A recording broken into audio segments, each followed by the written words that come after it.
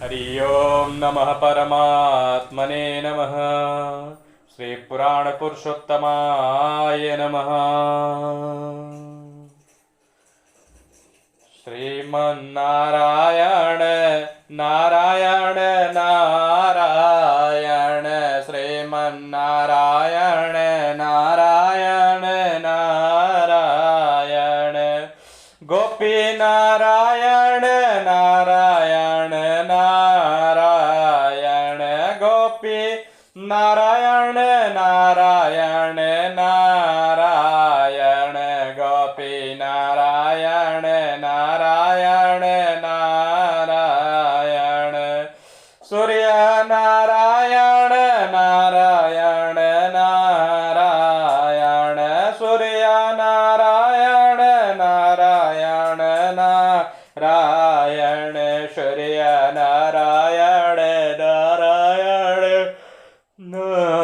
नारायण चंद्र नारायण नारायण नारायण चंद्र नारायण नारायण नारायण चंद्र नारायण नारायण नारायण कृष्ण नारायण नारायण नारायण कृष्ण नारायण नारायण नारायण कृष्ण नारायण नारायण नारायण गोविंद नारायण नारायण नारायण हरे परमात्मने नमः।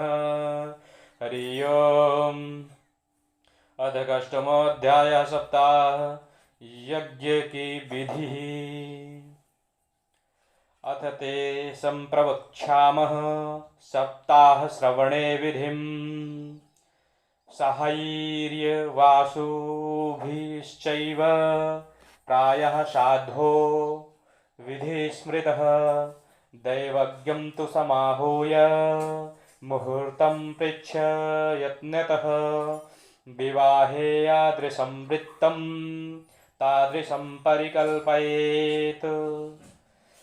श्री शनकादि कहते हैं, नारद जी अब हम आपको सप्ताह श्रवण की विधि बताते हैं। यह विधि प्रायः लोगों की सहायता और धन से साध्य कही गई है। पहले तो यत्न पूर्वक ज्योतिषी को बुलाकर मुहूर्त पूछना चाहिए तथा विवाह के लिए जिस प्रकार धन का प्रबंध किया जाता है उसी प्रकार धन की व्यवस्था इसके लिए करनी चाहिए। कथा आरंभ करने में भाद्रपद, आश्विन, कार्तिक, मार्गशीर्ष, आषाढ़, श्रवण ये 6 महीने श्रोताओं के लिए मोक्ष की प्राप्ति के कारण हैं। देवर्षे इन महीनों में भी भद्रा, व्यतिपात आदि कुयोगों को सर्वथा त्याग देना चाहिए तथा दूसरे लोग जो उत्साही हों उन्हें अपना सहायक बना लेना चाहिए। फिर प्रयत्न करके देश देशांतरों में यह संवाद भेजना चाहिए कि यहाँ कथा होगी, सब लोगों को सपरिवार पधारना चाहिए। स्त्री और शूद्र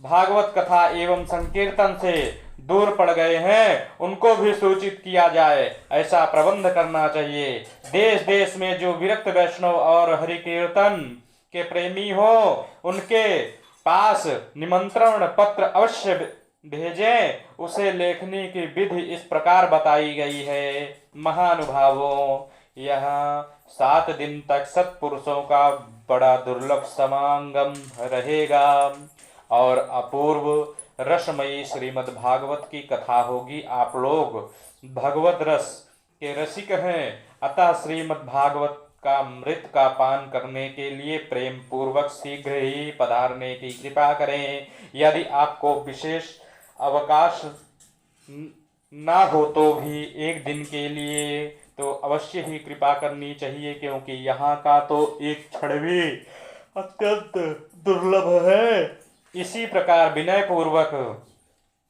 उन्हें निमंत्रित करें। और जो लोग आए उनके लिए यथोचित निवास स्थान का प्रबंध करें। कथा का श्रवण किसी तीर्थ में, वन में अथवा अपने घर पर भी अच्छा माना गया है। जहाँ लंबा चौड़ा मैदान हो वहाँ कथा स्थल रखना चाहिए। शोधनम मार्जनम भूमिर्लेपनम धातुमण्डपन्नम गृहोपस्कर मुदधृत्य गृहकोणे निवेशयेत। भूमि का शोध, मार्जन और लेपन करके रंग बिरंगी धातुओं से चौक करके पूरे घर की सारी सामग्री उठाकर एक कोने में रख दें।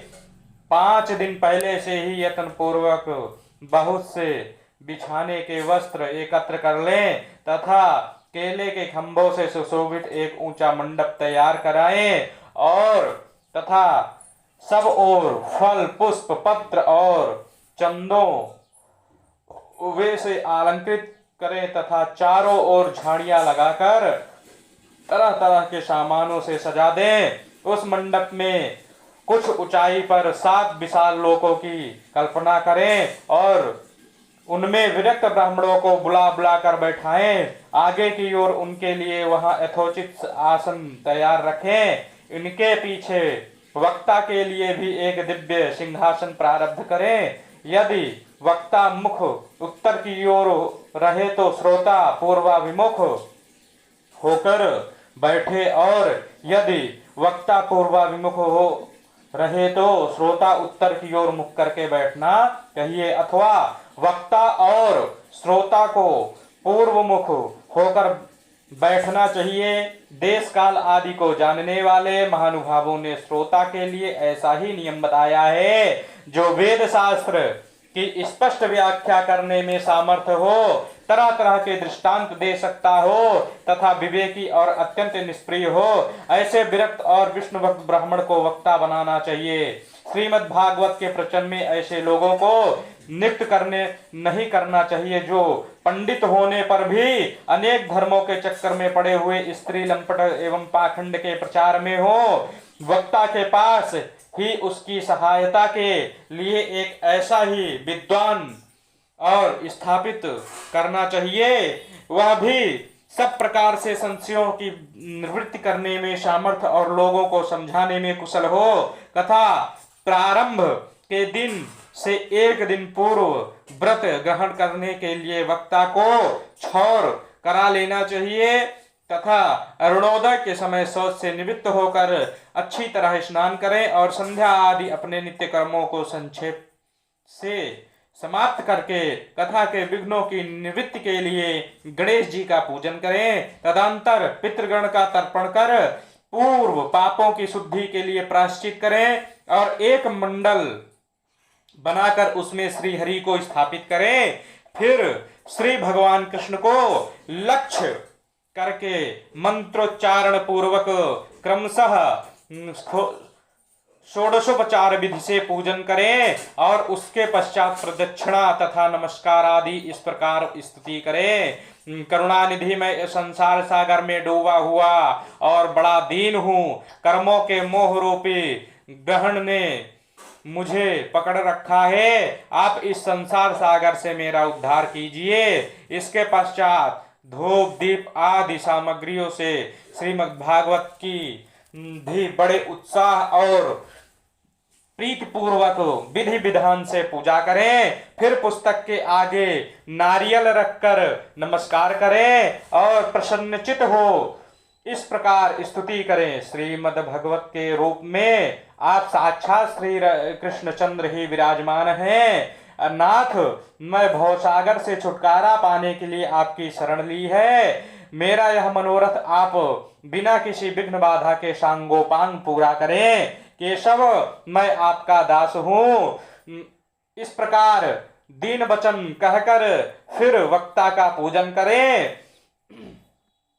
उसे सुंदर वस्त्र भूषणों से सुशोभित करें और फिर पूजा के पश्चात उसकी इस प्रकार स्तुति करें। सुख स्वरूप भगवान, आप समझने की कला में कुशल और सब शास्त्रों में पारंगत हैं। कृपया इस कथा को प्रकाशित करें, मेरा अज्ञान दूर करें, फिर अपने कल्याण के लिए प्रसन्नता पूर्वक उसके सामने नियम ग्रहण करें और 7 दिनों तक यथाशक्ति उसका पालन करें। कथा में विघ्न ना हो, इसके लिए पाक ब्राह्मणों और भी वर्णन करें। वे 12 मंत्र द्वारा भगवान के नामों का जप करें।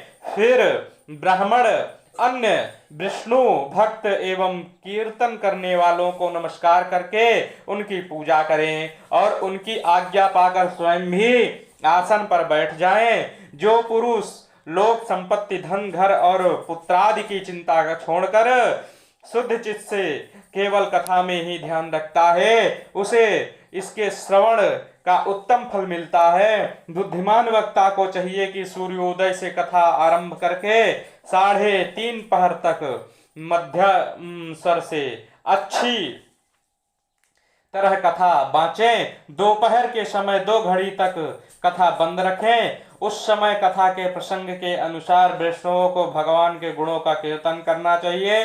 व्यर्थ बातें नहीं करनी चाहिए। कथा के समय मलमूत्र के वेग को काबू में रखने के लिए अल्पाहार सुखकारी होता है, इसलिए श्रोता केवल एक ही समय हविष्यन्न भोजन प्राप्त करें। यदि शक्ति हो तो 7 दिन निराहार रहकर कथा सुने अथवा केवल घी या दूध पीकर सुखपूर्वक श्रवण करें अथवा फलाहार या एक समय ही भोजन करें, जिससे जैसा नियम सुभीते से सध सके उसी प्रकार कथा श्रवण के लिए ग्रहण करें। मैं तो उपवास की अपेक्षा भोजन करना अच्छा समझता हूँ, यदि वह कथा श्रवण में सहायक हो। यदि उपवास से श्रवण में बाधा पहुंचती हो तो वह किसी काम का नहीं है। नारद जी नियम से सप्ताह सुनने वाले पुरुषों के नियम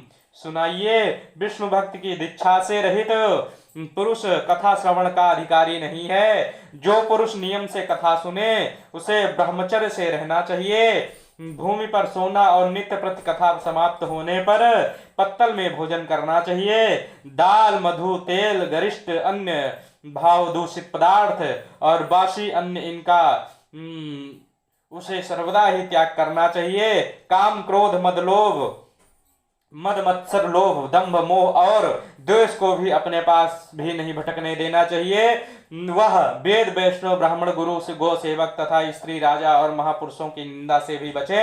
नियम से कथा सुनने वाले पुरुष को रजस्वला स्त्री, अत्यंज, मलेच्छ, पतित, गायत्रीहीन, द्विज ब्राह्मणों से द्वेष करने वाले तथा वेदों को न मानने वाले पुरुषों से बात नहीं करनी चाहिए। सर्वदा सत्य, शौच, दया, मौन, सरलता, विनय और उदारता का बर्ताव करना चाहिए। धनहीन, क्षय रोगी, किसी अन्य रोग से पीड़ित, भाग्यहीन, पापी, पुत्रहीन और मोक्ष की यह कथा श्रवण करें। जिस स्त्री का रजो दर्शन रुक गया हो, जिसके एक ही संतान होकर रह गई हो, जो बांझ हो, जिसकी संतान होकर मर जाती हो अथवा जिसका गर्भ गिर जाता हो, वह यत्न पूर्वक कथा को सुने। ये सब यदि विधिवत कथा सुने तो इन्हें अक्षय फल की प्राप्ति हो सकती है। यह अत्युमन दिव्य कथा करोड़ों यज्ञों का फल देने वाली है। इस प्रकार इस व्रत की विधियों का पालन करके फिर उद्यापन करें। जिन्हें इसके विषय फल की इच्छा हो वे जन्माष्टमी व्रत के समान ही इस कथा का व्रत का उद्यापन करें। किंतु जो भगवान के अकिंचन भक्त हैं उनके लिए उद्यापन का कोई आग्रह नहीं है। वे श्रावण से ही पवित्र हैं, क्योंकि वे तो निष्काम भगवत भक्त हैं। इस प्रकार जब सप्ताह यज्ञ समाप्त हो जाए तब श्रोताओं को अत्यंत भक्तिपूर्वक पुस्तक और वक्ता की पूजा करनी चाहिए। फिर वक्ता श्रोताओं को प्रसाद तुलसी और प्रसाद मालाएं दे तथा सब लोग मृदंग और झांकी मनोहर ध्वन से सुंदर कीर्तन करें, जय जयकार नमस्कार और शंख ध्वनि का घोष कराएं तथा ब्राह्मण आदि याचकों को धन और अन्य दे। श्रोता विरक्त हो तो कर्म की शांति के लिए दूसरे दिन गीता पाठ करें। गृहस्थ हो तो हवन करें। उस हवन में दशम स्कंध का एक एक श्लोक पढ़कर विधि पूर्वक खीर, मधु, घृत, तिल और अन्नादि सामग्रियों से आहुति दें अथवा एकाग्रचित से गायत्री मंत्र द्वारा हवन करें, क्योंकि तत्वतः यह महापुराण गायत्री स्वरूप ही है। होम करने की शक्ति ना हो तो उसका फल प्राप्त करने के लिए ब्राह्मणों को हवन सामग्री दान करें तथा नाना प्रकार की त्रुटियों को दूर करने के लिए और विधि में फिर से न्यूनाधिकता रह गई हो उसके दोषों की शांति के लिए विष्णु सहस्त्र नाम का पाठ करें। उससे सभी कर्म सफल हो जाते हैं, क्योंकि कोई भी कर्म इससे बढ़कर नहीं है। फिर वाराह ब्राह्मणों को खीर और मधु आदि उत्तम उत्तम पदार्थ खिलाएं तथा व्रत की पूर्ति के लिए गौ और सुवर्ण का दान करें। सामर्थ्य हो तो 3 तोले सोने का सिंहासन बनवाएं, उस पर सुंदर अक्षरों से लिखी हुई श्रीमद् भागवत की पोथी रखकर उसकी आवाहन आदि विधि से उपचारों से पूजा करें और फिर जितेंद्रिय आचार्य को उसका वस्त्र आभूषण एवं गंधादि से पूजन कर दक्षिणा के सही समर्पण कर दें। यों करने से वह बुद्धिमान दाता जन्म मरण के बंधनों से मुक्त हो जाता है।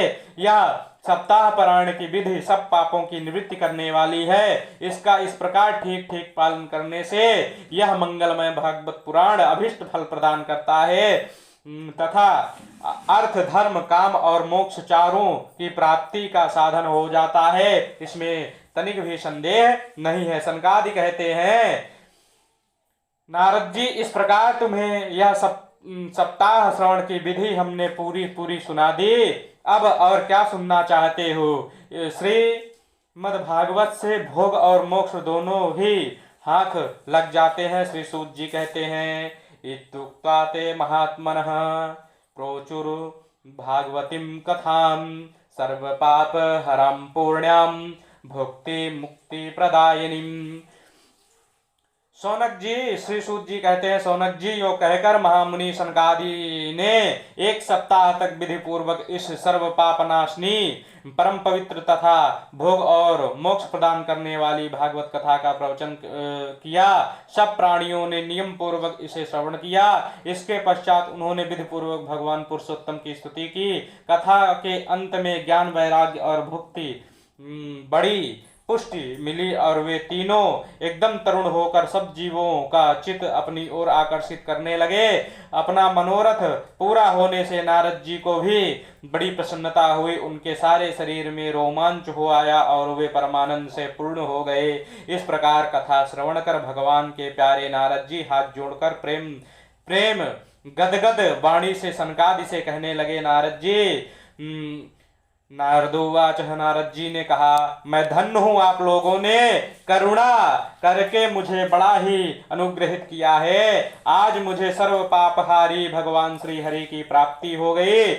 तपोधनो, मैं श्रीमद् भागवत श्रवण को ही सब धर्मों से श्रेष्ठ मानता हूँ, क्योंकि जिसके श्रवण से वैकुंठ गोलोक का विहारी श्री कृष्ण की प्राप्ति होती है। श्री सूत जी कहते हैं, सौनक जी, वैष्णव श्रेष्ठ नारद जी यो कहकर कह ही रहे थे कि वह घूमते फिरते योगेश्वर सुखदेव जी आ गए। कथा समाप्त होते ही व्यासनंदन श्री सुखदेव जी वहां पधारे। 16 वर्ष की आयु आत्मलाभ से पूर्ण ज्ञान रूपी महासंसार का संवर्धन करने के लिए चंद्रमा के समान वे प्रेम से धीरे धीरे श्रीमद् भागवत का पाठ कर रहे थे। परम तेजस्वी श्री सुखदेव जी को देखकर सारे सभासद छटपट खड़े हो गए और उन्हें एक ऊंचे आसन पर बैठाया। फिर देवर्षि नारद ने उनका प्रेम पूर्वक पूजन किया। उन्होंने सुखपूर्वक बैठकर कहा, आप लोग मेरी निर्मल वाणी सुनिए। श्री सुखदेव जी कहते हैं, रसिक एवं भावुक लोग, यह श्रीमद् भागवत कथा वेद रूप कल्प वृक्ष का परिपक्व फल है श्री सुख देव जी रूप सुख के मुख का संयोग होने से अमृत रस से परिपूर्ण यह रस ही रस है। इसमें छिलका है ना गुठली है, यही इसी लोक में सुलभ है। जब तक शरीर में चेतना रहेगी तब तक आप लोग बार बार इसका पान करें। महामुनि व्यासदेव ने श्रीमद् भागवत महापुराण की रचना की है। इसमें निष्कपट निष्काम परम धर्म का निरूपण है। इसमें शुद्ध अंतःकरण सत्पुरुषों के जानने योग्य कल्याणकारी वास्तविक वस्तु का वर्णन है, जिससे तीनों तापों की शांति होती है। इसका आश्रय लेने पर दूसरे शास्त्र अथवा साधन की आवश्यकता नहीं रहती। जब कभी पुण्यात्मा पुरुष इसके श्रवण की इच्छा करते हैं तभी ईश्वर अविलंब उनके हृदय में अविरुद्ध हो जाते हैं। यह भागवत पुराणों का तिलक और वैष्णवों का धन है। इसमें परमहंसों के प्रायः विशुद्ध ज्ञान का ही वर्णन किया गया है तथा ज्ञान वैराग्य और भक्ति के सहित निवृत्त मार्ग को प्रकाशित किया गया है। जो पुरुष भक्ति पूर्वक इसके श्रवण पठन में मनन में तत्पर रहता है वह मुक्त हो जाता है। यह रस स्वर्गलोक सत्यलोक कैलाश और वैकुंठ में भी नहीं है। इसलिए भाग्यवान श्रोताओं, तुम इसका खूब पान करो, इसे कभी मत छोड़ो। श्री सूत जी कहते हैं, श्री सुखदेव जी इस प्रकार कह रहे थे कि उस सभा के बीच प्रहलाद, बलि, उद्धव और अर्जुन आदि पार्षदों के सहित साक्षात श्री हरि प्रकट हो गए।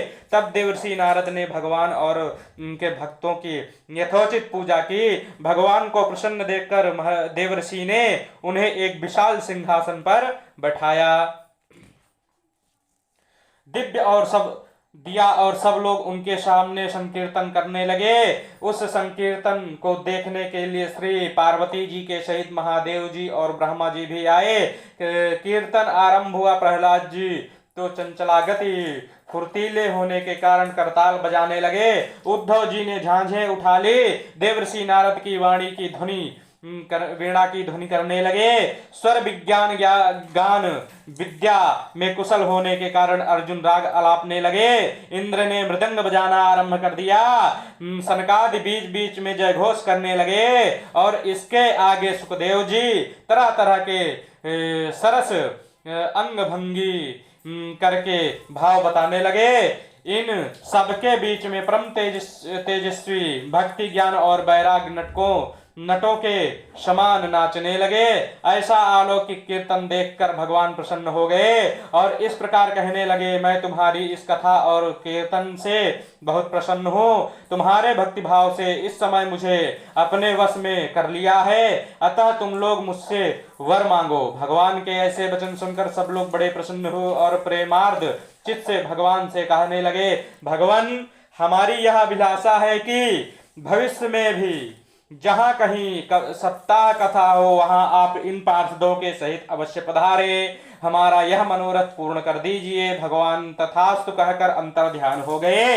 इसके पश्चात श्री नारद जी ने भगवान कथा उनके पार्षदों के चरणों को लक्ष्य करके प्रणाम किया और फिर श्री सुखदेव जी आदि तपस्वियों को भी नमस्कार किया। कथामृत का पान करने से सब लोगों को बड़ा ही आनंद हुआ। उनका सारा मोह नष्ट हो गया। फिर वे सब लोग अपने अपने स्थान को चले गए। उस समय श्री सुखदेव जी ने भक्ति को उसके पुत्रों सहित अपने शास्त्र में स्थापित कर दिया। इसी से भागवत का सेवन करने से श्री हरि वैष्णव के हृदय में आ विराजते हैं। जो लोग दरिद्रता को दुखी ज्वर की ज्वाला से दग्ध हो रहे हैं, जिन्हें माया पिशाचिनी ने रौंद डाला है, तथा जो संसार समुद्र में डूब रहे हैं, उनका कल्याण करने के लिए श्रीमद् भागवत सिंह नाद कर रहा है। सौनक जी ने पूछा, सूत जी, सुखदेव जी ने राजा परीक्षित को, गोकर्ण के ने धुंधकारी को और सनकादि ने नारद जी को किस किस समय यह ग्रंथ सुनाया था, मेरा यह संशय दूर करिए। आकृष्ण निर्गमान्मृत्रंस द्विर्धाधिक गते कालो नवमी तो नभस्या चा कथारंभम सुको अकरोत। श्री सूत जी कहते हैं, भगवान श्री कृष्ण के स्वाधाम गमन के बाद कलयुग के 30 वर्ष से कुछ अधिक बीत जाने पर भाद्रपद मास की शुक्ल नवमी को श्री सुखदेव जी ने कथा आरंभ की थी। राजा परीक्षित के कथा सुनने के बाद कलयुग के 2 वर्ष बीत जाने पर आषाढ़ मास की शुक्ल नवमी को गोकर्ण जी ने यह कथा सुनी थी। इसके पीछे कलयुग के 30 वर्ष और निकल जाने पर कार्तिक शुक्ल पक्ष की नवमी से सनकादि ने कथा आरंभ की थी। निष्पाप सौनक जी, आपने जो कुछ पूछा था उसका उत्तर मैं आपको दे दिया। इस कलयुग में भागवत की कथा भवरोग की रामबाण औषधि है। संत जन, आप लोग आदर पूर्वक इस कथा का अमृतपान कीजिए। यह श्री कृष्ण को अत्यंत प्रिय, संपूर्ण पापों का नाश करने वाला, मुक्ति का एकमात्र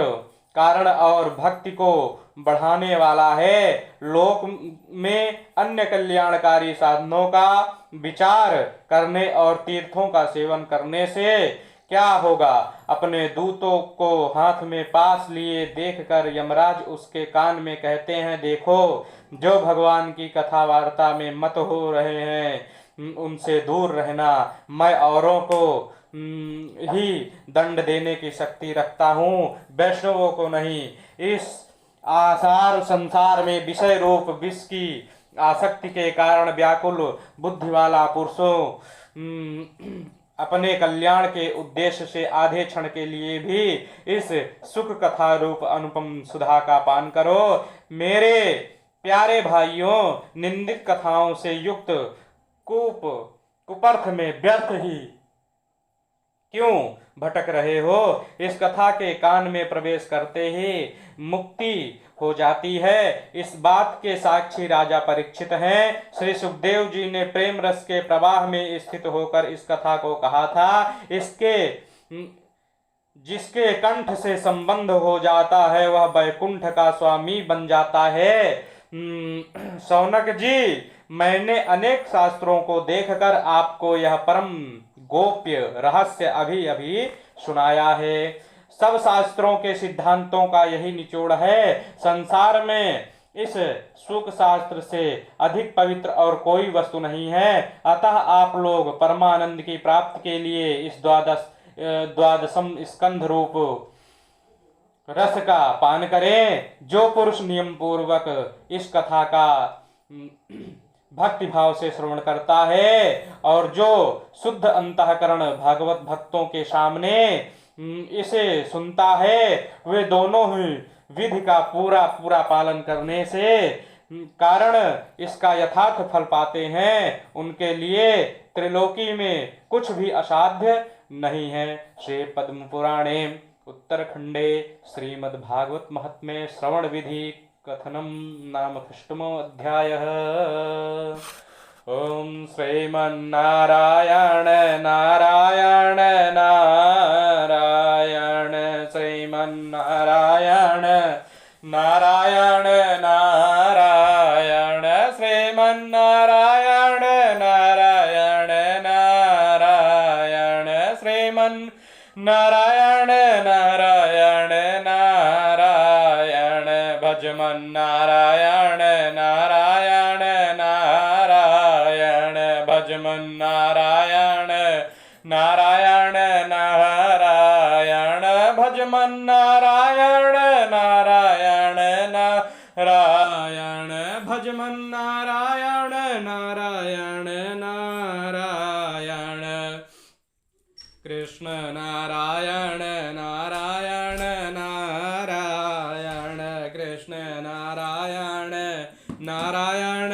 नारायण कृष्ण नारायण नारायण नारायण कृष्ण नारायण नारायण नारायण लक्ष्मी नारायण नारायण नारायण लक्ष्मी नारायण नारायण नारायण लक्ष्मी नारायण नारायण नारायण लक्ष्मी नारायण नारायण नारायण भद्रे नारायण नारायण नारायण भद्रे नारायण नारायण नारायण भद्रे नारायण नारायण नारायण भद्रे नारायण नारायण नारायण गोप नारायण नारायण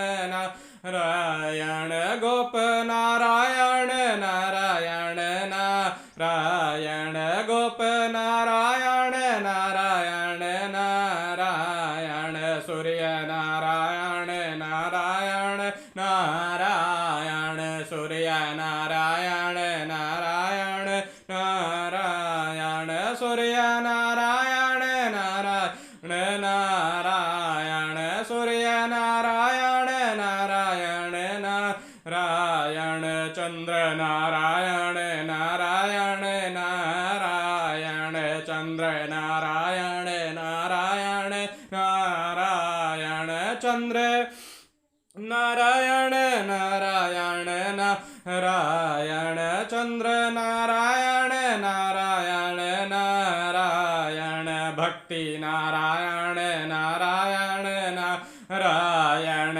भक्ति नारायण नारायण नारायण भक्ति नारायण नारायण नारायण भक्ति नारायण नारायण नारायण वेद नारायण नारायण नारायण वेद नारायण नारायण नारायण वेद नारायण नारायण नारायण वेद नारायण नारायण नारायण वेद नारायण नारायण नारायण कृष्ण नारायण नारायण नारायण कृष्ण नारायण नारायण नारायण कृष्ण नारायण नारायण नारायण कृष्ण नारायण नारायण नारायण गोपी नारायण नारायण नारायण